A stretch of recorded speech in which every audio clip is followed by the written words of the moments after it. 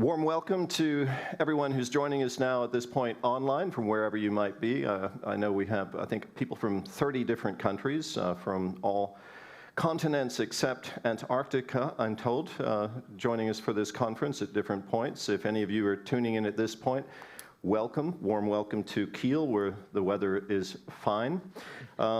Someone just reminded me of what today is, of course. It is the anniversary of 9/11, so there are many. That is something that indeed changed the world, and I'm sure it's many people are thinking about that today and remembering those lost in that, and thinking about how that has shaped our world. So normally I'm a television newsman, and this would be what I am spending a lot of time doing interviews on, taking stock of where we are now and all of that. But just a mention of that so we indeed don't forget. So without further ado, let's get our session underway. This is a session that many of you I know have been waiting for. We've covered, as I mentioned this morning, many of the technical details. We talked about the scope of the problem. We've looked at many of the possible remediation solutions. Today we're moving on to something else. The question being, what is to be gained from clearing munitions from our seas? We know that the seas would be safer, they'd be healthier, our food security would definitely benefit along with the entire ecosystem. It's generally a good thing to do. The idea of having unexploded munitions in our waters, of having chemical war agents in our waters where we get our food and where our children bathe and whatnot, this is conceptually not very nice, but it's also a real danger. So it's a good thing to do. But large-scale clearance, as we've also learned yesterday in particular during one of the presentations, is indeed can be a hugely expensive undertaking. It's an expensive proposition, so we need to ask ourselves, from an economic point of view, what would help justify that expense? What's to be gained from this economically? What are the benefits, direct benefits, the indirect benefits, which can be significant? And what sort of market might be arising here? Because that was also a focus of discussion yesterday. How do we get the market going? We heard already from a member of the government this morning mentioning that the desire to upscale this, to find solutions, is growing on the policy side. And we're seeing the technical capabilities also growing. We're going to hear a little bit more about those today as well. So there would be benefits for infrastructures where we've heard these arguments. We're talking wind turbines, port and lock facilities, tunnels, pipelines, cable projects, aquaculture, but there would be potential benefits for shipping as well. For shipping, of course, we wouldn't have the risks, some of the risks involved there. Tourism, energy, food. There are potential benefits in many ways, and I hope we're going to be hearing about more of those today. So clearing the seas would simply make all those things more viable that I just mentioned. We're going to spend the next 90 minutes looking at the potential economic upside from large-scale clearing.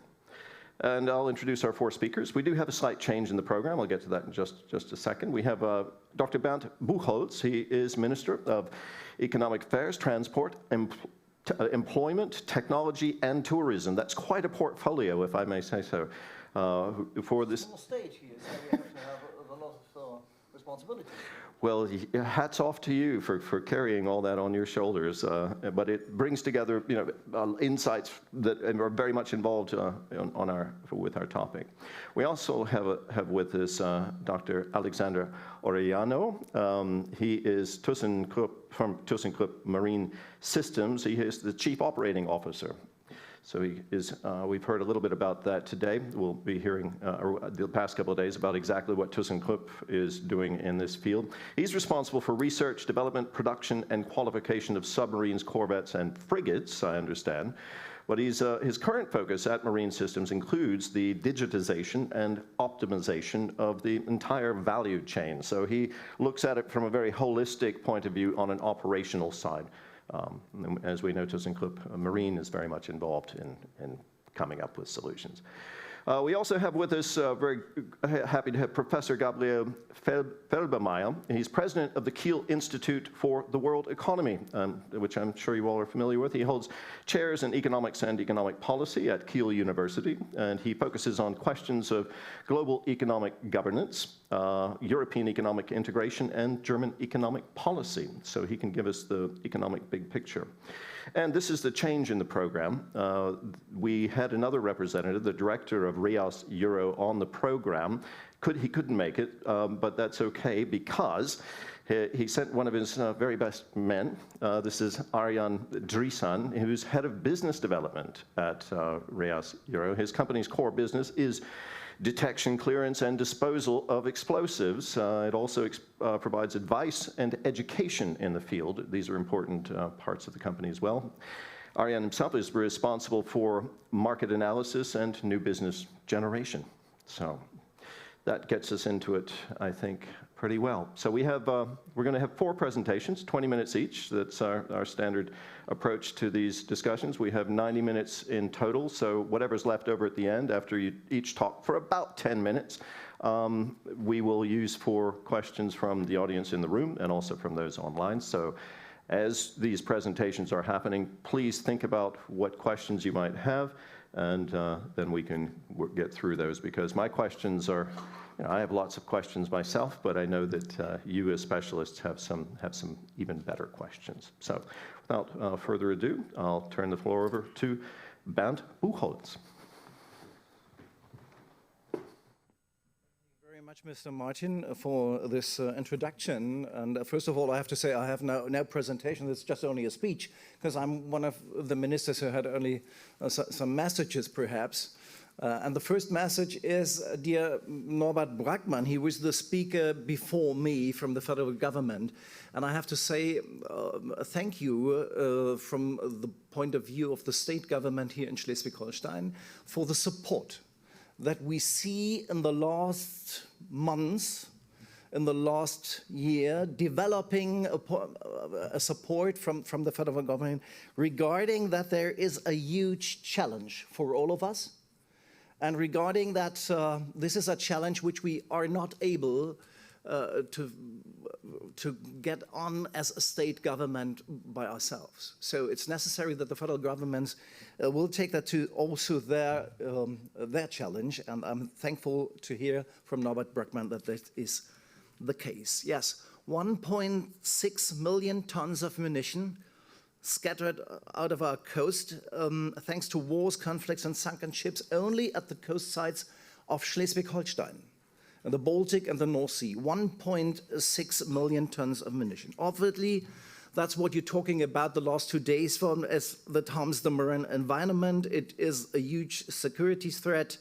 It also hampers the development of maritime infrastructures such as offshore wind farms, tunnels, ports, pipelines. You talked about that, Mr. Martin, because we see that every day when we these days are had to deal with the fixed link through the Fehmarn Belt, when we are projecting that tunnel under the Baltic Sea, 18 kilometers tunnel under the sea, and what we have to face is permanently munition fundings at the seabed. That's why we need to tackle this issue soon rather than later. Waste ammunition in the oceans, however, is not only a problem in the North and Baltic Sea, and not only in Germany. It is a global challenge that involve other European countries, but also countries over all the world, like Japan, the USA, and Australia. And I'm therefore very pleased that we are hosting this international forum here in Kiel that brings together experts, stakeholders, and interested parties from all over the world. It is crucial that we connect the important actors from science, from research, from politics, industries, and NGOs to solve this problem together. Schleswig-Holstein is in a unique position here. We offer a wide range of business fields: shipbuilding, marine technology, shipping, port management, logistics, innovative environmental technologies, and marine research institutes like the well-known GeoMar Institute here in Kiel. It also means Schleswig-Holstein can not only make a difference for the environment, large-scale industrial clearing of the seabed offers a huge economic opportunity as well. And that's what I'm seeing here in front of you, because I'm the Minister for Economic Affairs. I'm also the Minister for Touristics, for whom it is also very important that we clear that problem, but it's also a huge chance for our economics. To combat the danger, data must be collected before the actual clearing can begin. We need to know where the waste ammunition lies, but clearance also includes mass disposal and disposal capacities. Therefore, we need the synergy of information and communication technologies with detection and clearance technologies either. The development of these technologies is a global market. Here, a new maritime industry can emerge in Schleswig-Holstein, from which our shipyards, marine research institutes, and the numerous suppliers can profit. We have the opportunity to establish our state as a high-tech location for detection and clearance technologies, and we shouldn't let the opportunity go to waste. That's why innovation is the key issue for our whole maritime sector over the next years. The state government will therefore continue to support innovations and expand the corresponding measures.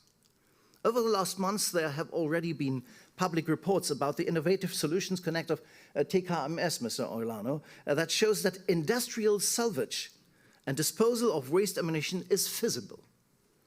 Especially the further development of technologies like robotics, AI, and remote control are therefore to be aimed for in the future.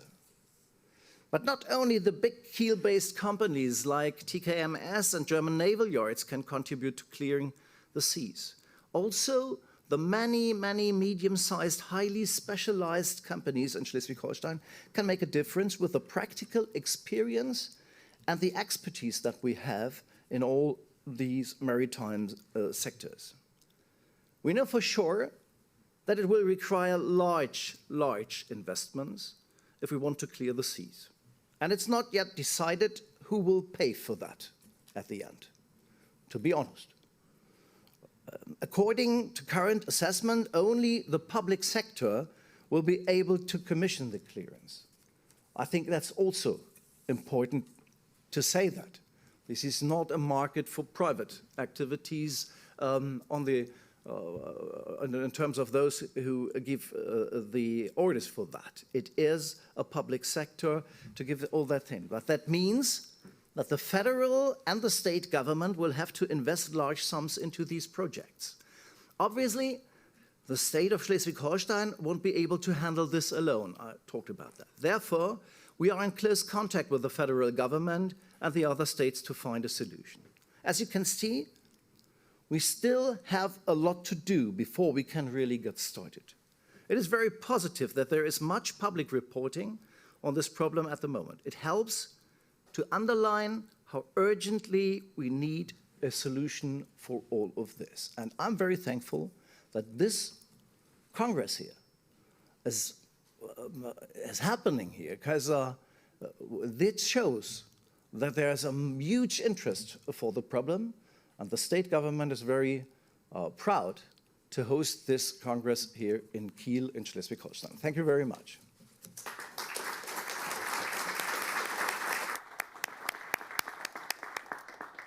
Alexander, you're on.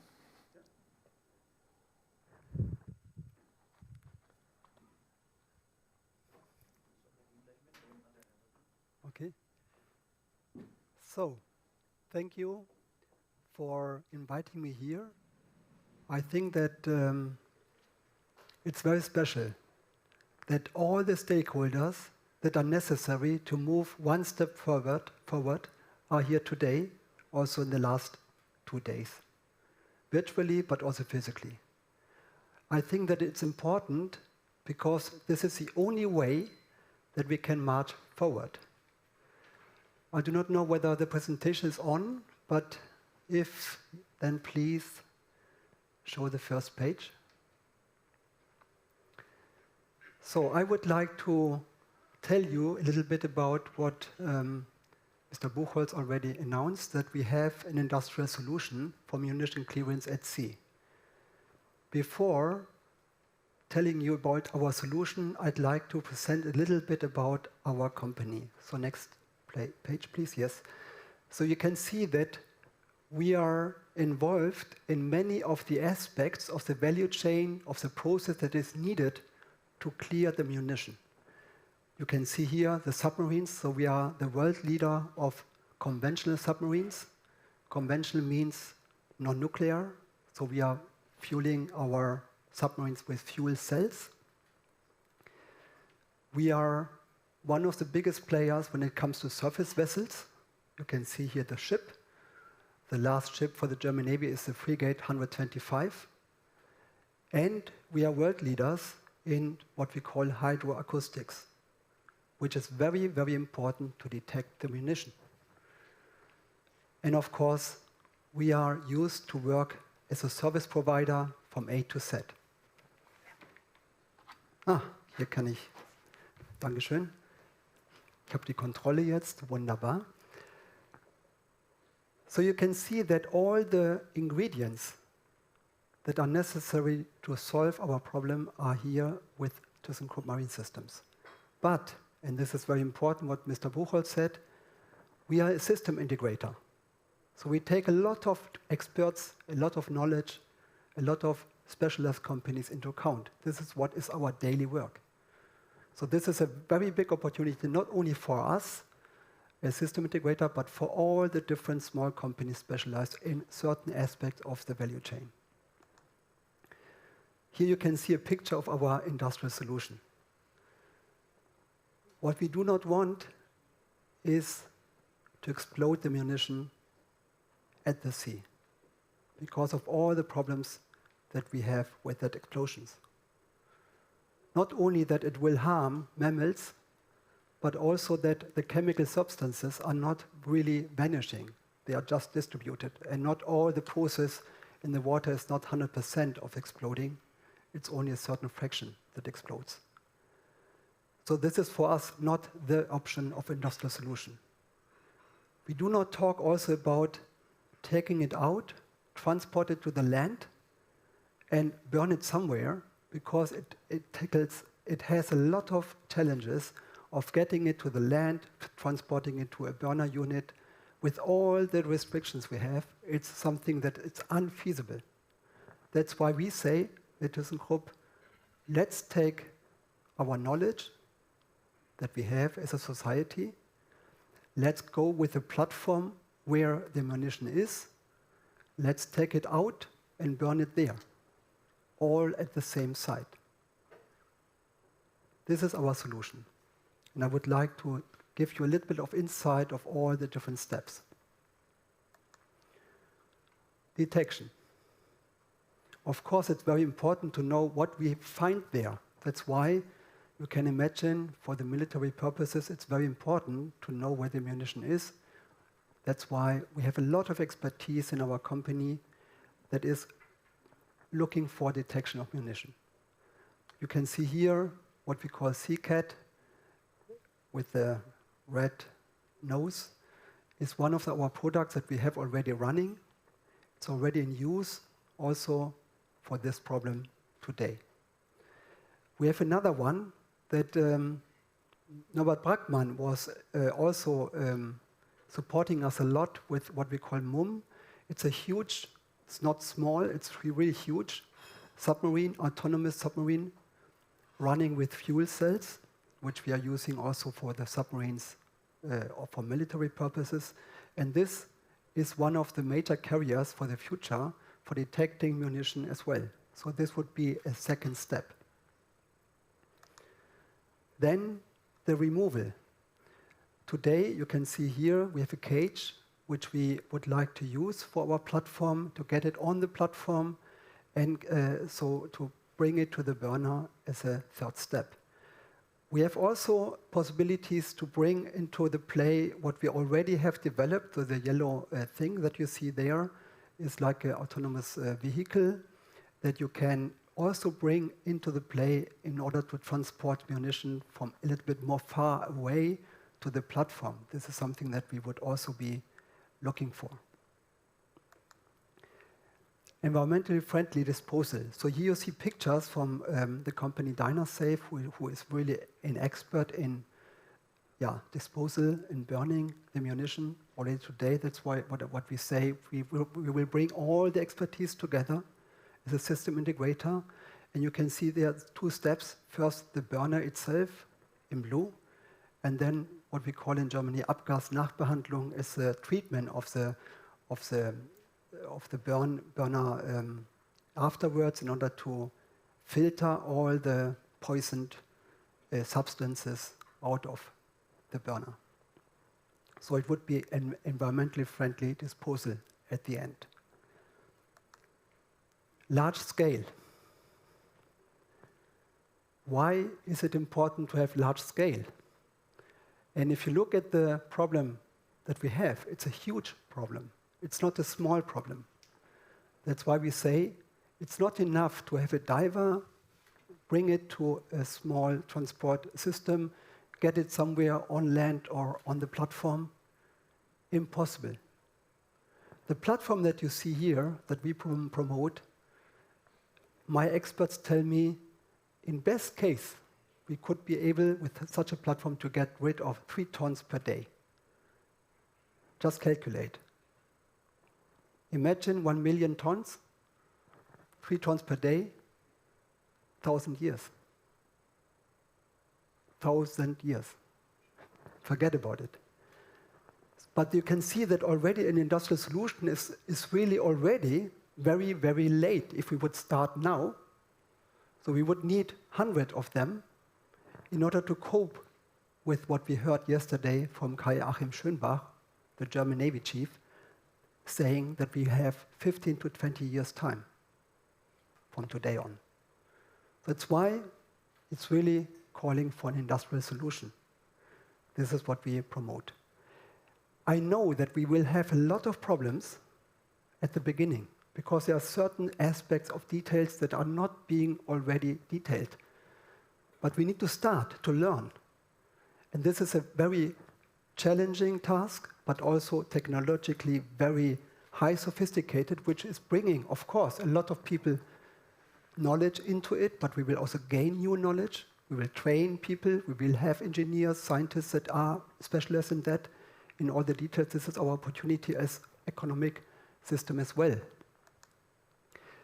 Where are we today? So you see detection technologies. We can just take it out of the shelf. We have it developed. Removal technologies, we in thyssenkrupp, at least, we have also what we call robotics automatization, but also a lot of other companies have that. We are using it for the car industry, so we are equipping car industries to make the robots and so on working. It's highly automatized today, and why are we not using it here as well? It's very easy to do it. We have disposal technologies. You saw the burner. We can put it on the platform. We have specialized companies for that. What is missing is a project. Yeah? And here I'm very happy to hear that the federal state, the states, governments are working together. Norbert Brackmann, Mr. Buchholz, other stakeholders, Mr. Albrecht. So many people are here today also pushing that. But we need to have a very clear kind of guidance, authorization, you said as well, commissioning, how to do it in order to have no hinderness anymore in our way to the solution. We think that after so many years of very highly specialized experts in the science communities defining the problem, which was very necessary, we need to write a new chapter, problem solving. So problem definition, from my point of view, is already done. We need to go to the further step. And our idea is to start with a pilot project in Germany, to develop the technology, to make it faster, to make it larger, and then to tackle the global problem. Thank you very much.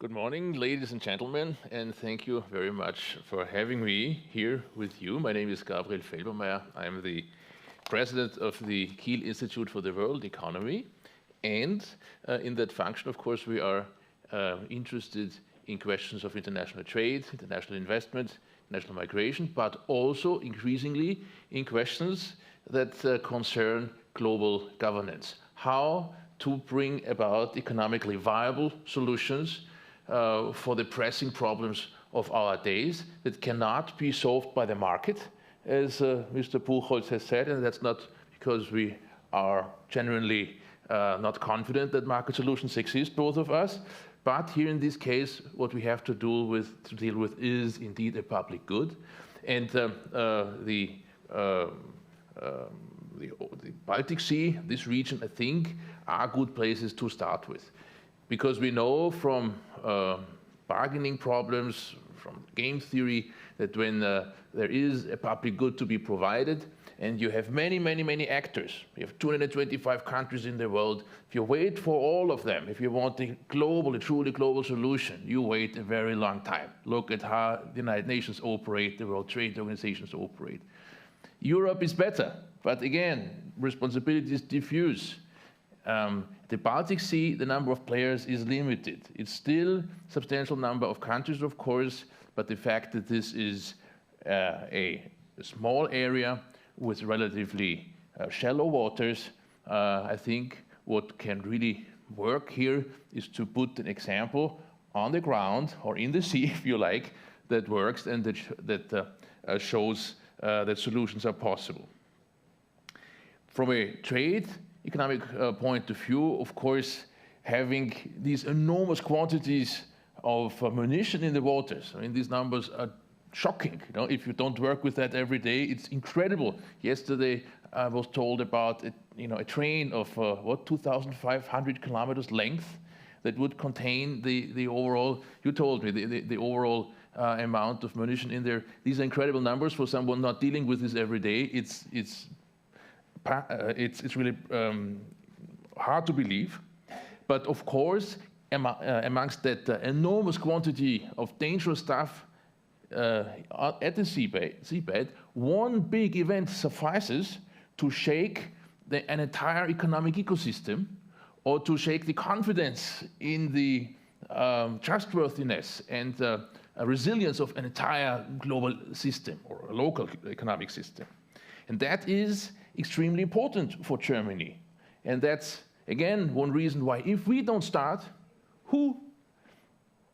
Germany is a peculiar country, and the Kiel Institute is in Germany because probably Germany is one of very few countries that rely very strongly on international trade. International trade, even with airplanes and other modes of transportation and the internet becoming much more vehicle to trade digitally, maritime transportation still is extremely important. And just to give you a couple of numbers, we believe that something like 13 to 15% of German GDP depend on maritime transportation, because this is exports that Germany has with overseas countries, from China, US, UK nowadays, of course, not just overseas, but in a different, no longer in the EU, Korea, Japan, and so on and so forth. And one can try to size up how many jobs depend actually on that channels working. And the number is 3.5 million jobs. That is quite a number. I'm talking about maritime transportation. Overall international trade, of course, in Germany secures something like 11 million jobs, but 3.5 depend on maritime transportation. We know when things happen, bad things happen, then this can have relatively long-lasting effects on supply chains. You have all watched what happened in the Suez Canal with the Ever Giving incident, where now a settlement between the canal authorities and the Japanese shipping company is about to emerge, and we talk about more than 500 million euros of damages, right? So this is big in a business point of view, but it also disrupted global value chains, and we see the echo effect still in our statistics.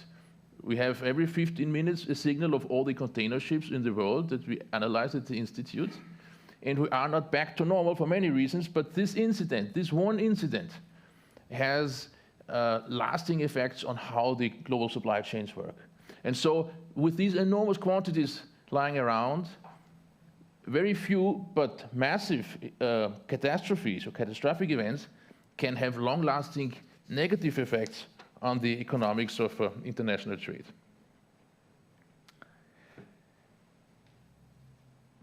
What we need, clearly, is public action, but certainly the Bundestag or the European Parliament or other political bodies that can fund such projects need to have a clear cost-benefit analysis. We need to know what's in there, what we can gain from cleaning up the mess, and what are the costs. And here I think we are not yet as ready as thyssenkrupp Marine Systems seems to be, because we do not know enough yet. What we would really need to have is a large-scale study that looks into the economics of that. There is a lot of work done already. The Kiel Institute and GeoMar here have cooperated for many years in questions that relate the global governance of the oceans. And we can also learn a lot from climate change science, because the problems are very similar. We are in both cases facing the paradox of precaution, right? People tell you, well, look, the weather is okay. Why should we spend billions and billions to mitigate carbon dioxide emissions? Here, the same can be true. No one sees the problem. It is slowly moving. We have 25 years to tackle it. That's far away. So many of the problems are similar.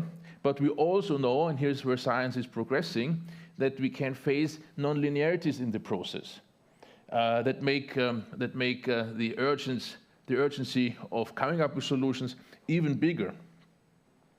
For example, as I said before, one catastrophic event that makes it into the public conception of risk can shake up entire economic ecosystems. Because people now are aware of a risk that exists, and before they were not. And that could have larger effects than if you just come up with simple models that have been used in the past to measure costs and benefits. In a sense, what could happen with these quantities of waste in the waters is some black swan event. Low probability, but if it hits terribly and changes the perception of the world.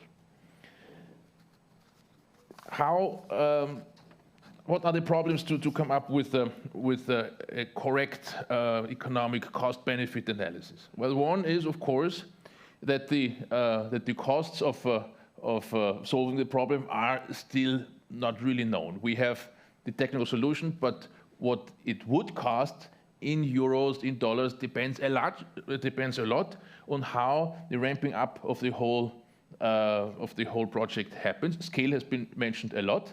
So it depends on the scale, and that for an economist is always a problem because the parliament gives you 15 million or maybe 200 million, and so we're always working at relatively early stages of such a cost regression curve.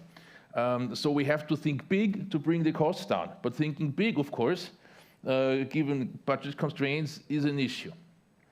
The second thing that is of a problem is that we know that cleaning up the mess comes up with a myriad of advantages, right? So many have been mentioned, but they are all very difficult to put a price tag on.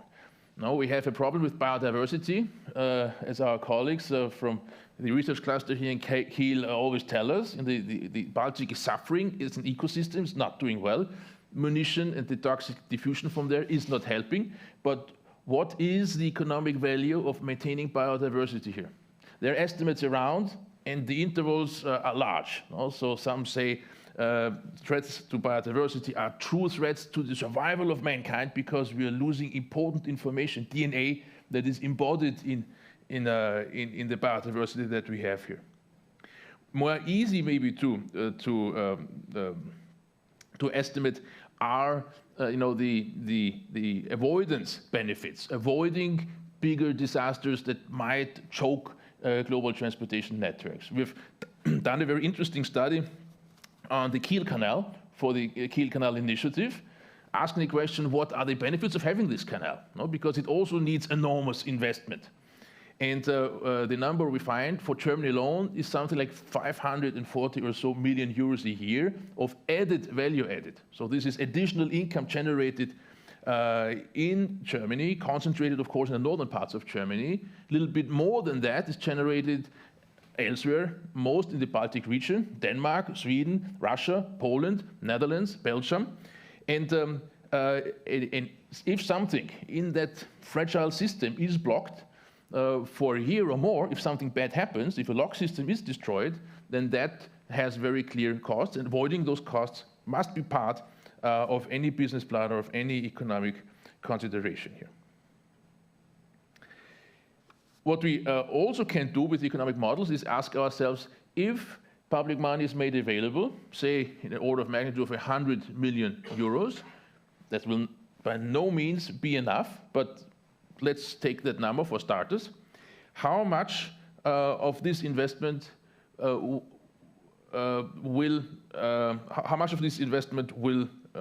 give additional dynamics for the regional economy here? No? So we do some input-output analysis, some multiplier analysis, and what one gets there, again, intervals are large, is this 100 million investment translates into an increase in regional GDP between 150 and 200 million euros. Why is it not more?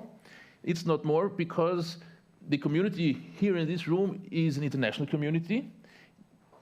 The know-how is not totally located here. We need to rely on a lot of specialized suppliers that might be in Japan, in the United States, somewhere else in Europe. And so some of those economic benefits diffuse.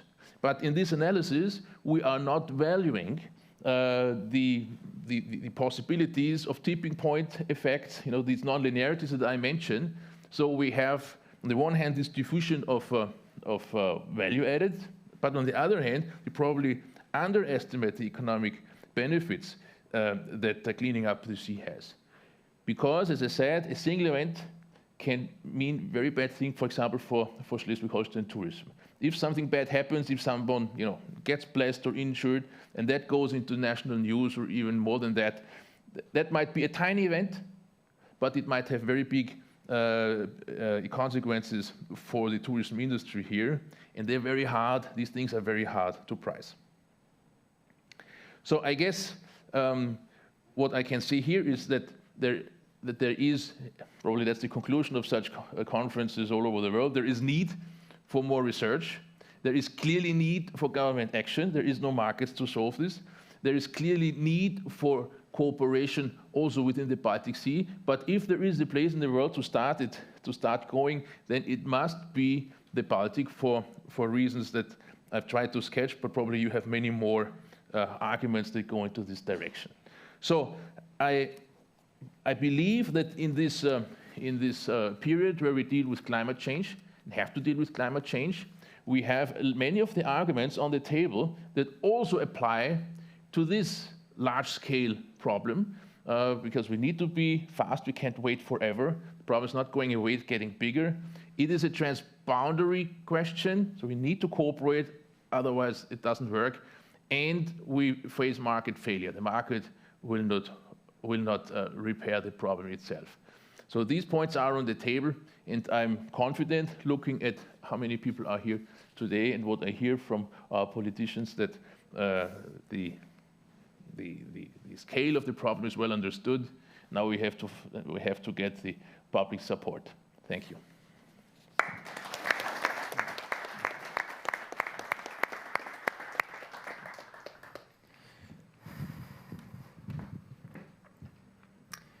Good morning, everybody. My name is Arjen Driessen. Can you please start my presentation? Indeed, as Terry mentioned, I am stepping in today for Mr. Ad van Riel, who had to be excused for personal reasons. Ad van Riel is the founder and general director of REASeuro. It's unfortunate that he couldn't attend, but I am very much conveying his opinions on the topic today. Ad has more than 40 years of experience in the EUD UXO industry, firstly as an EUD officer for several years, and later as founder of the company. So, as stated, I will very much convey his opinion on the fact, and I'm looking forward to weigh in on the discussion. Second, I would like to thank the organization today for inviting our company, REASeuro, very much, of course, in the company of these esteemed men and you yourself as very critical, hopefully, public. We are very much looking forward to, share the UXO industry perspective on this very important topic. In the presentation, you will likely find a couple of topics that have been discussed today or the past week. I'm sure you will forgive me for that, but it goes to show you where we stand as a company and hopefully as an industry as well, UXO industry, in relation to this topic. REASeuro, just a bit of background for your understanding to better understand where we are in the discussion. Like I said, the company was established almost 25 years ago by Ad van Riel. At the time he was an EOD officer, and he noticed that there was a lack of certain knowledge in the market. We were the first privately owned EOD company or UXO focused company in the Netherlands at the time. The Dutch market is very much different also in legislation when it comes to, for instance, to Germany.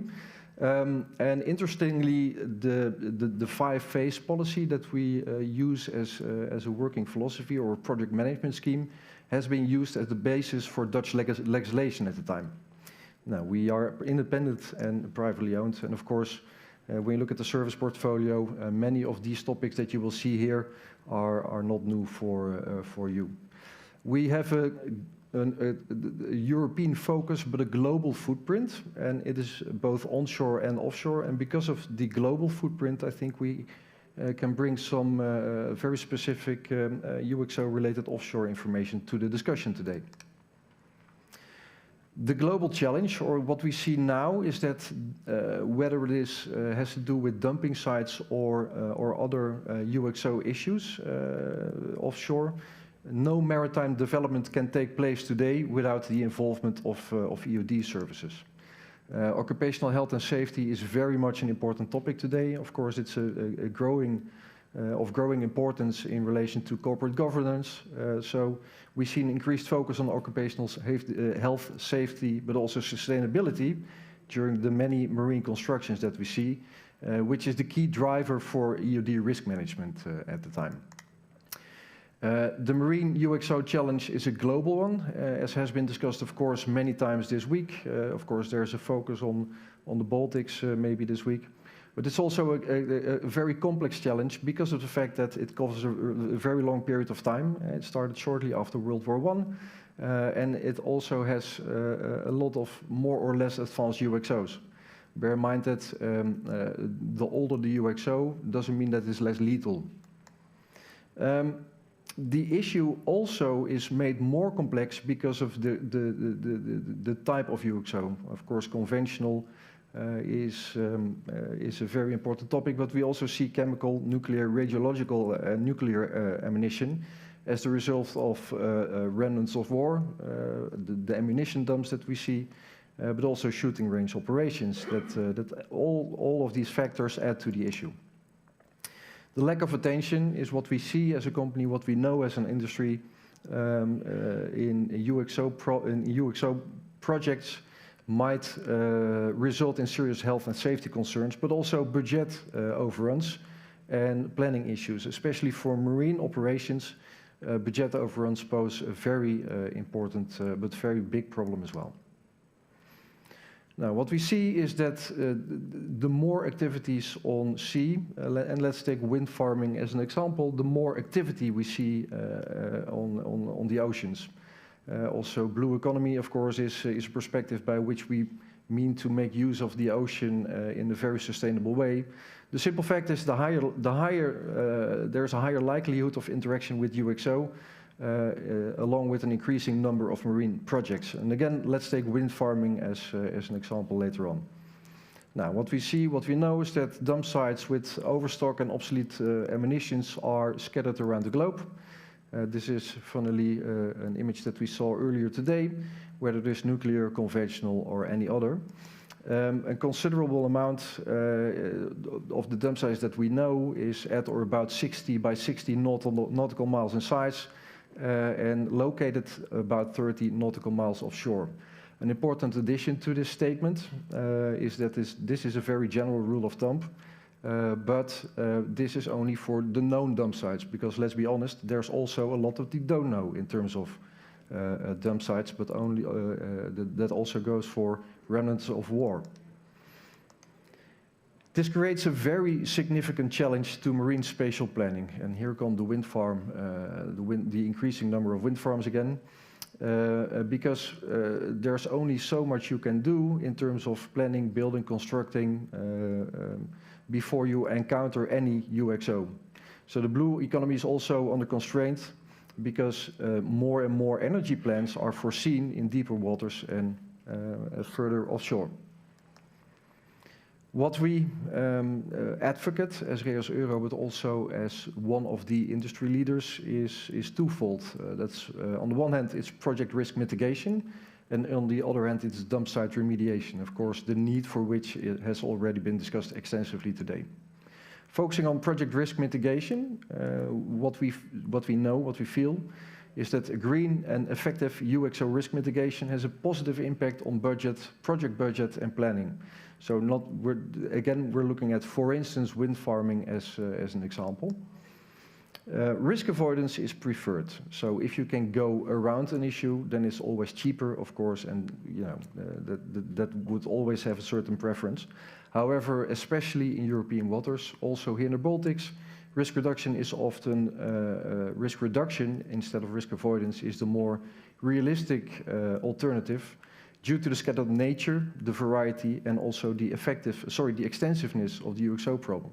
Like I described earlier, there's a very big variety of UXO lying on the seabed, on the sea bottom, so that doesn't allow for many options of risk avoidance anymore. Then there's the LCOE, the levelized cost of energy.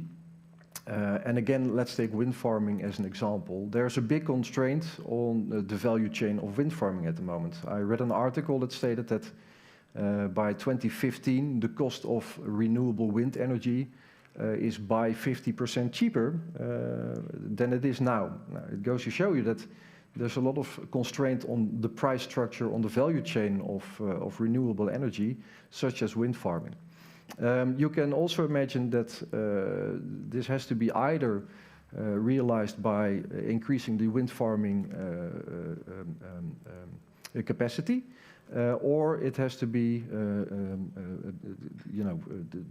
gotten back by the value chain itself. Either way you put it, it has an effect on the way we look at the UXO problem today. The question is to what extent this is a very healthy and sustainable situation. So I hope that this will be part of a discussion later on. Now, what we advocate is sustainable UXO risk mitigation. The options that we have are very important to reduce an environmental but also an economic footprint of marine project development.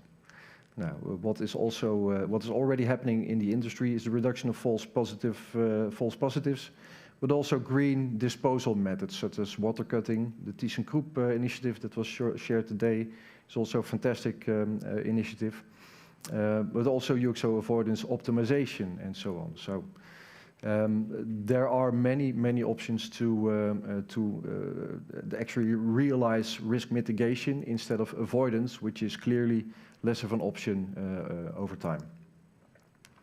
The other factor is dump site remediation. So what we as an industry advocate is a very proactive attitude and focus on the industry to solve the issue.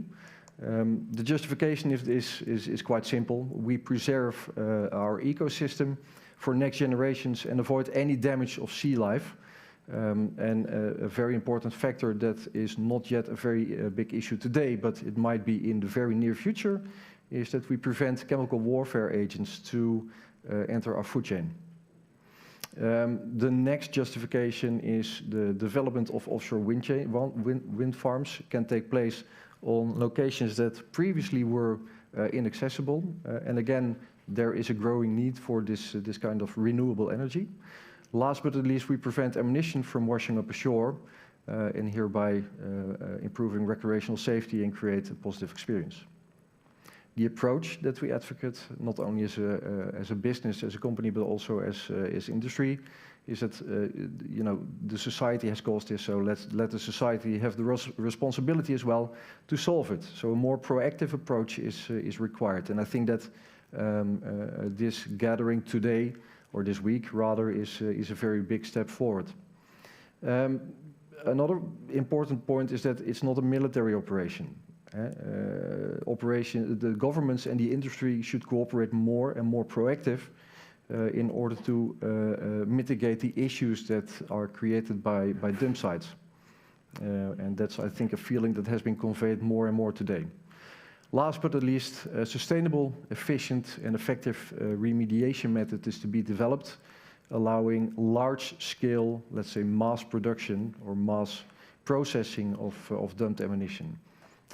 It has to be on a large scale when you look, especially when you look at the size of the known dump sites, the tonnage that we see there.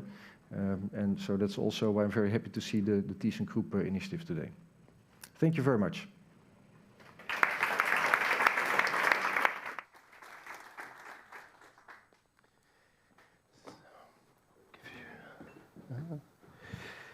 You've got it, great. Oh, marvelous, okay. So we're all mic'd up here. Thank you very much, all four of you. Very useful insights looking at this from different perspectives. So we've got, we're looking at it from the perspective of a representative of the state government here, but who has a pretty good understanding of it also from different perspectives because of your broad portfolio as an economics minister, but also dealing with tourism and other issues as well. We have a large industrial player here that's very much involved in this and is gearing up to provide a large-scale solution if funding is provided for it, of course. We also have a very interesting economic perspective, an economic mind who can help us maybe work through some of the cost-benefit analysis tasks that are associated with this, and I think that's a really important aspect which I do want to go into in more detail. And then we have a practitioner who's out there doing this and understands it from the perspective of someone who is operating a company, who is working with a company, developing business and providing solutions and advice to lots of different governments on this subject. So I'm going to move, well, no, I'll just stick with this microphone for a little bit. I'd like to get the conversation going first with Bernd Buchholz, but just before we do that, I want to remind everyone in the room that we do have a microphone right there. Not going to move to, no point in moving too close to it just yet, because we're going to go through a few questions up here, but then we will be bringing in your questions from the audience here in the room and also from those joining us online using the Hop-In app. So my first question would be to Bernd Buchholz. As a government representative, as the economics minister of Schleswig-Holstein, a state that is severely affected by this problem and potentially stands to benefit with multiple industries that are impacted by it. Do you have any estimates of what the economic benefits would be for your state? Not really, because that is what Mr. Felbermayr said. Yeah, how huge this industry could be, I can't see from a perspective from now. I can say this is a huge chance. Not just the industry for actually clearing it, but also for the effects for tourism and shipping, etc. Well, that is also the question, is there a necessity to act? Yes, it is. From a perspective of the Minister of Tourism in this land, we have an area here 15 miles before the coast of Kiel. There's an area called Kolberger Heide. There's a huge amount of munition at the seabed. So what I have to face is that 50 years ago, the people thought that it is the solution to bring that munition there, and that is the solution. Now we know from the research of the Geomar and other things that is a big challenge to see that there are all these chemical things coming out, sometimes phosphor is something on, and that makes a situation for the tourism in Schleswig-Holstein, which is by around 6 billion euros from the from our bruttoinlandsproduct. So there is no way to don't act in this thing.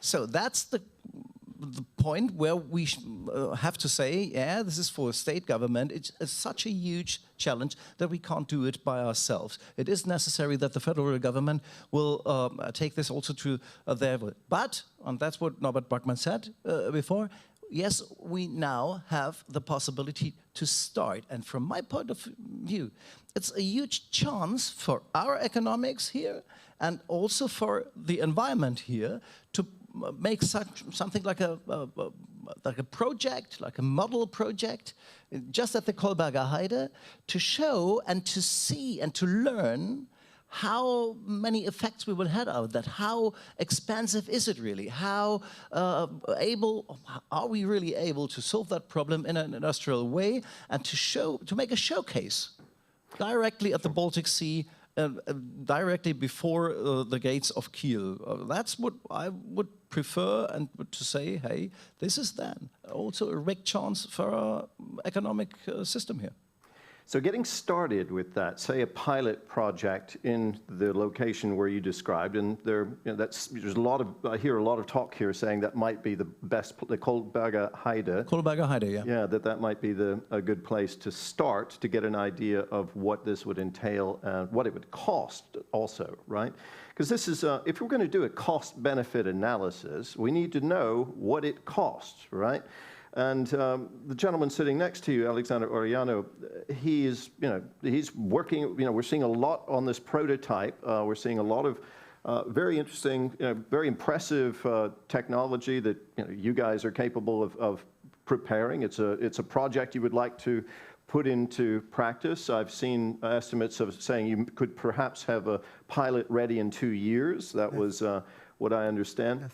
So presumably you also understand yourself as a business, as a company, what that's going to cost to do that. Could you share with us any of your understanding of what it would cost, not just to build those platforms and that technology, but maybe a per ton disposal cost figure? Because the people watching this or following this discussion today, not just in Germany, but all around the Baltic and the North Sea and other countries as well, are very interested in knowing what that might be. Yeah, maybe some words from my side on that. We tend to say the first platform, the pilot, that Mr. Buchholz was mentioning, would cost around 80 to 90 million euros. And then, of course, you need to run it. You need to really gain experience. You need to update it, to upgrade it. So as nobody has ever done it, we can't rely on saying, this is a cost. What really Mr. Buchholz already said. But what we can say is that around 100 million euros is necessary to start and to start with disposal of that for the first years. So this is something that we have now discussed already with some of the stakeholders, and this is the amount of money that is also in the air on the state government to bring forward. And I recall you saying that, of course, just one isn't going to do it. Exactly. Yeah. So if we're talking 100 times 100 yes. million, it's a significant cost. But again, perhaps it's justified, right? If the benefits, potential benefits and real benefits. So this, how to approach that question is a real tough one, and that's, fortunately we have someone here who. Maybe one thing to add. Professor Felbermayr said already that if you are, the problem we have is that you make it in slices, because we normally think what is the biggest, what is the volume, how do we can get into it, what is the scaling effect, and this is something that we need to tackle, because just to make a pilot project is of course always expensive if you do not think that later on you have also a volume effect. That's why it's very important to have like the definition of the problem really right, and what also Professor Felbermayr said is to have like the benefit, the cost avoidance things also take into account. Because I think at some point when you do reach, when you upscale it, and maybe there are other players in the market yes. who are bringing down the per unit price, if we can, for per ton of disposal, things, that we're still a long ways from that, I understand that. So our economist is going to be confronted with a really tough question, of course, to do this about the cost-benefit analysis. You were saying that economic benefits are probably underestimated, Gabriel Felbermayr. Is anyone working on it? On this? Is your institute doing some studies now to try to figure out what maybe the economic benefits of clearing, I don't know, just from the German seas or just from the coast of Schleswig-Holstein? Is anything in the pipeline there? No, not really. Not a big-scale research project. What we have is a lot of interest. We have doctoral students working on this, so it's some research going on, but by far not enough. And what we probably need is to combine projects. So, for example, there is important work being done, also interdisciplinary work that tries to value biodiversity in the oceans. This has been mentioned by you, and there is a monetary value to that. And but what we are missing is to quantify, the risk posed by ammunition in the waters and how that then affects biodiversity. That is not a terribly complicated thing to do, but it needs to be done. And with these two elements, then we can say it. The very special DNA that we have in the Baltic Sea, where we can put a price tag on it, 15% or whatever of that value is directly threatened by having this toxic waste on the seabed.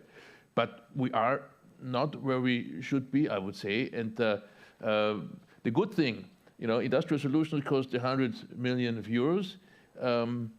A motivated young researcher is cheap, in economics, and this is. We should be, you don't have to invest enormous amounts of money to have a little bit more information on the question. And what we also need to know, and here is, why I'm happy to attend this conference, because what we really need is to talk to the practitioners. It is crucial to have a good understanding of how fast, if we ramp up things, how fast costs can come down. As I said, we have parallels to climate science, because there too, the cost degression was underestimated for many, many years. The first windmill that was built was probably ridiculously expensive. And now we know that the per unit cost of power generation by windmills is now market compatible and will fall further. And having a good, realistic perspective on this is hugely important, because it can show, if we know that it goes down, or have a relative certainty that cost can go down, one can start planning big. One can say, this is not just a German problem, it's as well a Danish problem, it's a Polish problem in the Baltic Sea. And we're talking about big budgets, but they're not infinite. No, and if we stretch it over years, over 20, 25 years, have a large industrial ecosystem growing here, then this can attract for many years business activity, research, and so on. But what we need is the perspective of feasibility, and that depends very much on those costs coming down over time. And here is where the economists don't know. We need the business and the technological leaders to come up with realistic estimates. And you have to be realistic. Sometimes interests are in the way. No, I mean, my impression was that in the renewable energies area, cost estimates were not, honestly communicated by the industry, because of course they wanted to keep them high for very obvious reasons. So we need, but that's short-sighted, because we need the long-run perspective to come up with a realistic, long-run perspective, and that, we need the data here. Otherwise, the conclusion is it's too expensive. It's a pity that we have this problem. Let's clear up a couple of sites for PR reasons. But let me ask, what is the alternative to them? Well, that's the question. If there is an alternative to say, okay, if it's not possible to use such a platform from tkMS, is there another alternative to make something like a cube on it and say, okay, this is safe, it does not come out then? I don't know if that is possible. The researchers told me, no, there's no way. Well, It's not an alternative. So then I can make a lot of research, and no, it is expensive. Yes, but what's the alternative? If I have no alternative, and on the other hand, there is only the impact for the tourism in Schleswig-Holstein. If anything happens there, it's marketing, from a marketing perspective, it's a super GAU with everything that you can. That means billions of money in the touristic industry will fall down. So then I can say, hey, why shouldn't we start to try to make things going with a pilot? I'd like to bring in Arjen Driessen here as someone who is with a company that is doing already this, clearing munitions, providing advice, expertise to all around the world, as we saw on the map you just provided, that you have indeed a global footprint.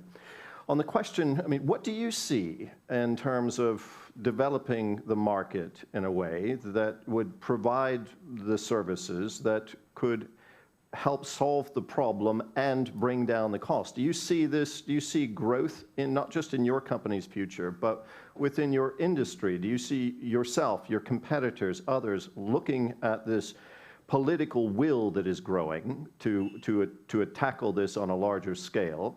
How do you see the market developing from your perspective so that you could end up sitting down at the table with people like Bernd Buchholz and others and saying, listen, these are solutions that are coming along, and look at that?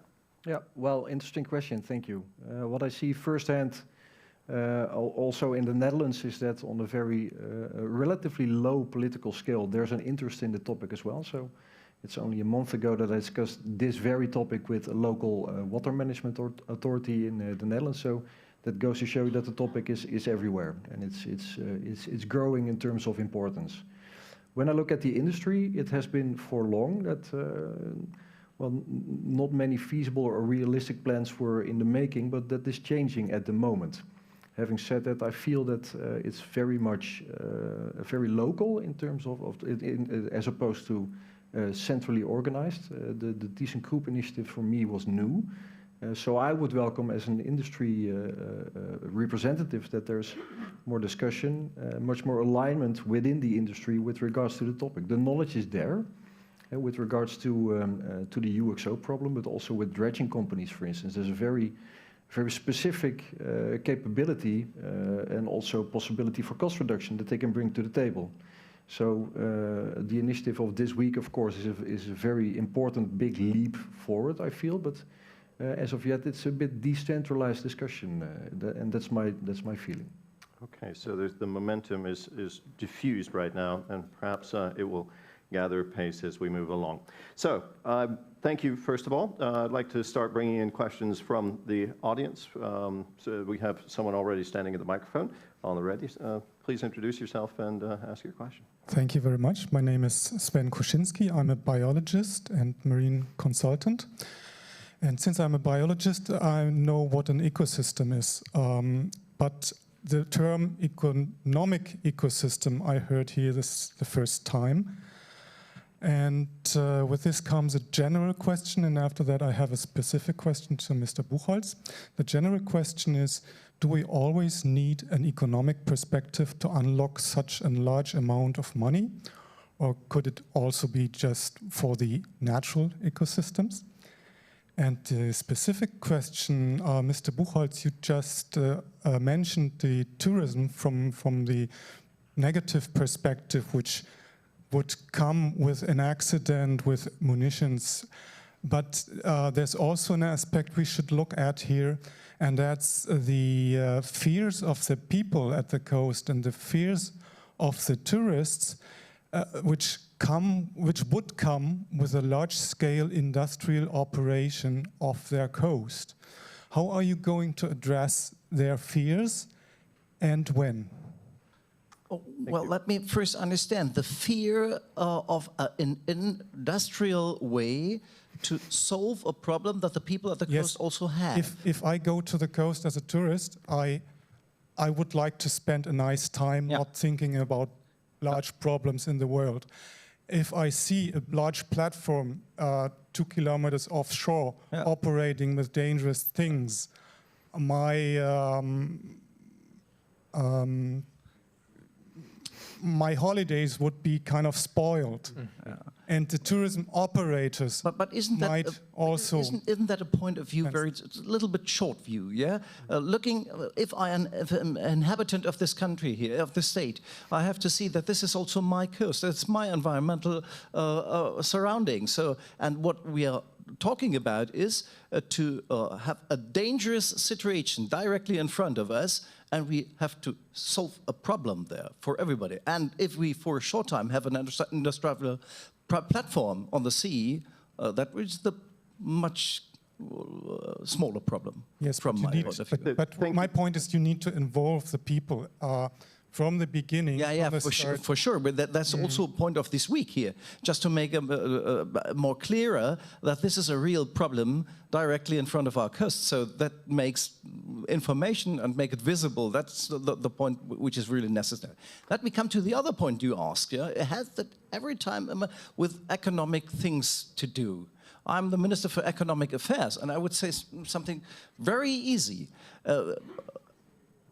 This problem is well known 20 years ago. In the point when you see that there is the possibility to make money with that fosters the process.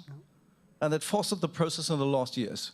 So that is what we in our economic system see everywhere. It's called the social market, also die soziale Marktwirtschaft. Yeah, that the power of that, the power of the possibility to make an economic effect of that, brings the problem much faster to a solution. Thank you. I'd like to bring in our economist on the panel at this point, because one of the questions that was raised in the gentleman's comments and observations included the question of the public good, which you mentioned. This is a question of a public, almost like the commons, right? This is the tragedy of the commons, that no one really wants to feel responsible for it, and it ends up becoming very diffused. But in this case, I mean, perhaps you could just make one remark to that question. It's almost a philosophical question, but it involves this idea of do something, not do something, and who's going to pay for it. Yeah, we're talking about, indeed, about the tragedy of the commons, where too often no one sees the cost-benefit analysis, the individual cost-benefit analysis to be favorable to his or her terms. So the individual logic and the collective logic diverge. Collectively, everyone says, well, it would be great not to have that problem. But if we solve it, many others would benefit as well. No? If Schleswig-Holstein invests, I don't know, 100 million, that will also cause benefits in Denmark and in neighboring state Mecklenburg-Vorpommern. And then, that's the tragedy of it. So we need to come up with governance mechanisms that solve these problems. And what I heard from you, that even the industry is very decentralized and very locally focused, that doesn't sound good to me. So what we need is to have, at least at the Baltic, frameworks like these and close regional cooperation to start with. The climate community has become a truly global community. Since 1990, the IPCC reports are produced. The International Panel, Intergovernmental Panel on Climate Change. We need something like that as well to create that sense of the common good. But what the biologist here asked was interesting. Can't we not clean up the mess just for the sake of cleaning it up? Yes, we could, of course, but the problem is that resources are limited. We have so many other problems. I mean, the economics minister can probably, every day he goes to another event and people tell him, well, we need just 100 million and we can do so much. Yeah, now what we need, and that's where economists are useful, is to come up with a ranking. What should we prioritize? And we should prioritize, of course, those projects where the cost-benefit relationship is the most favorable. Unfortunately, we have limited resources, and that forces us into these dismal trade-offs. Good, thank you. So I see another gentleman at the microphone. Please introduce yourself and pass your Yes, thank you. Ulrich Schneider from Citerra. I just want to add something. We just worked with a platform in front of Wangerooge, and the tourists were asking, what are you doing there? And I don't think that anybody was disturbed by this. Only what I really want to add is it's not quite right that nobody did it before, what you said, Mr. Orellano. Citerra just cleared part of the dumping site of Middensener Oak, and by means of a platform, not such big one as yours, but a platform and a crawler. And we have experiences from this. And I recommend to listen to the industrial showcase later today, because we will give more information about this experience, what you also can call a kind of pilot project. Thank you. Thank you very much. Good. I think we got some online questions coming in that I see Klaus standing there. Yes, from the online community, kind of question how our podium assesses the situation. How would you assess the general awareness of politics, of the dumped munitions, as well as the attached ticking time bomb in the national and European parliaments? Okay, is that, that's just addressed to the panel in general, I guess. Perhaps who would like to respond to that first? Bernd Buchholz, you do have a microphone in your hand. I don't know.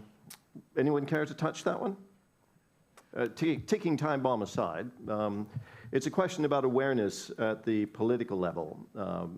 Well, that's what we told the entire time here. That there was, the awareness is becoming more and more for that problem. But we have to also face that in the years before, I can't say that in other words, in the years before, the solution of the problem was to bring the munition into the sea. That was what the people thought, that it was the solution, to bring it there.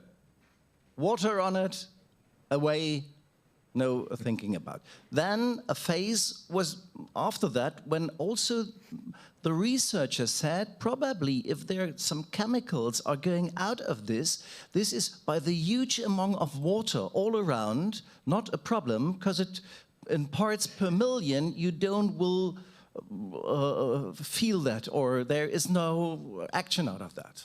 Then we made studies from the Geomar and other things so that we know now, by now, very clear that that is not the case, that comes into the biodiversity area, that the fishes are all with things of TNT in our Baltic Sea, and that it will become a problem if older and older these things of munitions are at the seabed. So that shows that it become more and more awareness for the problem.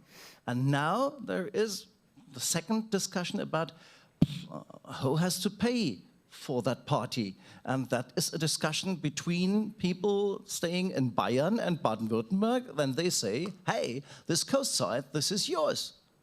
This is not our problem. This is Mecklenburg-Vorpommern, Schleswig-Holstein, Nether Saxony, and Hamburg. That's your problem. Bye-bye, boys. Make that, or girls. Yeah. So, and what we have to say is no. That is a different way. When there is a thing in the west side, what we had, the Starkregen-Ereignis, then everybody, the federal government had to say, okay, we have this is a challenge for all of us, and that's what we now have achieved in Berlin, that this federal government said, okay, it's also our task. And that's a point, that's an important point. Maybe I would just point out on this, we'll come right back to you. I just want to reference the report that your government prepared on the basis of the hearing and analysis, that you did conclude, something should be done, but the federal government should take the leading role, if I understood that. Der Bund sollte federführend sein. That is how it was the sentence I recall. Yeah. Yeah, because in terms of what is necessary for that, 100 million euros is not what from the budget of the land Schleswig-Holstein. So our budget is by around 10 billion as a whole. 100 million, that's not even easy to make that happen. And it's also that of 3 or 4 northern countries are, or states are involved in that. So that is needed that there is a project leading, but it's also needed that we will have something like a start in action. But these both things have to come together. And I'm sorry to keep belaboring the point, but this idea of how do we get the stakeholders together to agree on it? You mentioned these 4 states. Is there cooperation on this topic? Yes. Yeah, there is a cooperation because this is the same problem, but you have not from an economical perspective, the biggest states of the Federal Republic here in the north. It's not the case. Yeah, the bigger ones are in the south. That's our problem. All right, thank you. I'm sure there are a lot of other people who want to know, how that's being laid out and how that might be developed. To be honest, the problem in the North Sea, especially in the North Sea, there is much more munition on the side of Nether Saxony than of our side. So, so cooperation there is needed. Yeah. Yeah, cooperation is needed. Yeah. So you wanted to make a comment, Alexander? Yeah, I mean, we heard earlier this week as well from the European Commission that there is kind of a quite high awareness also in the European levels, and that they are talking about that the Green Deal will also include that aspect. Because at the end of the day, it's a common good. It's not a problem like the climate change. I mean, at the end of the day, you could also say, oh, my country is not affected so much. I don't take part of it, but everybody knows now that it's a global problem with the climate change. And I think that it's very similar, this problem that we have here, because all the chemical substances are free-floating in the ocean. So at the end of the day, it's benefiting for most of the countries of this world. And in that aspect, I think that what we also discuss is that we need a mechanism, a market mechanism, because we, as a democratic Western country, we know that the innovation, creativity is really boosted. This is what Minister Buchholz also said. If we have a market mechanism bringing these innovative ideas to the surface. And this is, for me, missing here, that we have that, because we have now ideas. We have spent millions of euros as thyssenkrupp Marine Systems into that since 6 years. But there is no market mechanism who brings it to a real project. And this is, for me, missing. And then a lot of other ideas might come. I mean, we have one idea. We heard now Chicago has another idea. But there will be a lot of stakeholders having new things into it. But we need this market mechanism. Okay. Is there another comment, or can we bring in another question? Okay. Klaus? Yeah, I would like to take the opportunity to ask a personal question. My name is Klaus Böttcher. I work with the Ministry of Energy, Agriculture, the Environment, Nature and Digitization. And my question goes to our guest from the Netherlands. In the introduction, as if I'm right, I understood that Ed van Riel funded that company for a certain reason. And if I go memory-wise through the future, where we have these industrial solutions at the back end and very well-equipped companies on the front end of the whole process, but in the middle we will have the public services to assess each of these hazardous objects before we can handle it legally. We are allowed to handle it. And yeah, REASeuro has some experience on that particular situation, as I was taught some years ago. And probably you can just briefly talk about the current situation in the Netherlands as a unique example, I would say, in Europe. Thank you. Thank you, valid question. What I think is interesting is that the Dutch, let's say, private UXO contractor market more or less was founded by the market itself. So what I mentioned earlier, REASeuro was the first private company on the market, and based on our project mitigation approach, the way that we operate in terms of UXO mitigation problems, our approach was used as a foundation for Dutch law. So basically, the branch, the industry was, but also the legislation was founded by UXO experts in the market. That means that that gives our market a lot of effectiveness, I would say. Many companies can operate rather independent and have a very good and solid relationship towards the Dutch EOD of the military. In Germany, in terms of Gesetzgebung, the Sprenggesetz has many similarities to the Dutch legislation, but the workings, and that also has to do with the company structure, the company, the country's history, is very much different from the Netherlands. What I see, what I notice, also being active in business development here in Germany, is that between the Länder there's a lot of difference in legislation, which doesn't necessarily make it very effective and efficient. There's a cultural difference, of course. In the Netherlands, the viewing point is that, well, first act and then apologize. To make it it's of course exaggerated, but there is a bit more freedom between the private market in the Netherlands towards the government. Here the situation again is a bit different because the differences between all the Bundesländer as well.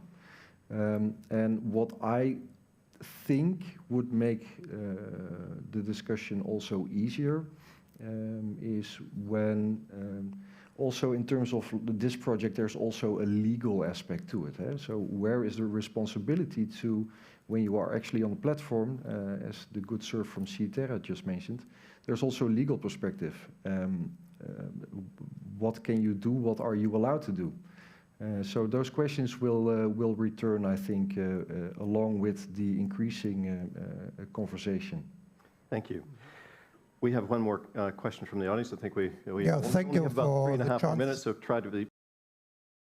For the chance to raise a question. My name is Rolf Becker. I'm a former German mine clearance diving officer. This is a long time ago already, but okay, at that time our solution was blow the stuff up, yeah. And I know Kolberger Heide, I know Lübecker Bight, was always solution, blow it up, yeah. So my question goes into the area where we are now.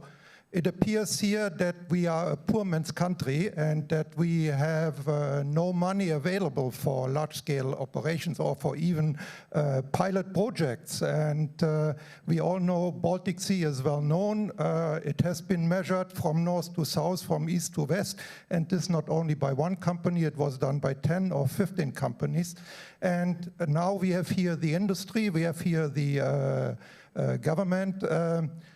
Why is it not possible to tender a project, let's call it a pilot project, to the companies that are already here? We have a company like Citerra, we have Boskalis Hirdes, we have now the Netherlands guys, we have French companies, and just to ask them what can be done so far with existing technology. The companies have it already in place, the companies work with it, and it would even work out what consequences are coming out of this, yeah, which means a typical tender includes not only solving the problem, the typical tender also includes legal aspects, contract statements, and so on and so on. And on the other hand, even the government could say, we have at the moment, let's say 10 million, 15 million available companies, what can you do for this amount of money? Yeah? And it could be said, start with Lübecker Bight, where we have the boxer center already. Okay, thank you. Thank you, thank you. That would, anybody want to address that as just kind of a general idea? Why not get started?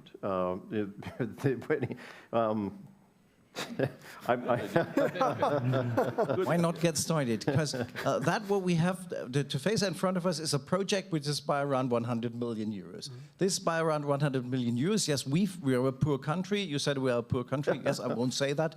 We are not that poor, and we will give some money in that. Yeah, for sure. Schleswig-Holstein had to be part of this, and I have to address that. We have to do that with a part of it, but we can't take the entire sum of that. So that is the discussion that we have with the federal government, and I'm sure that after the 26th of September, when we have an election here, afterwards they will, whoever will make a coalition Vertrag there, that will bring this point also in there. The Green Party or the Liberal Party, or we will bring that in such a coalition contract, so that I'm sure that we could start with that in the next years. Thank you very much. Thank you. A warm round of applause for all our guests. I wish we could continue this conversation. We will be continuing our conversations later.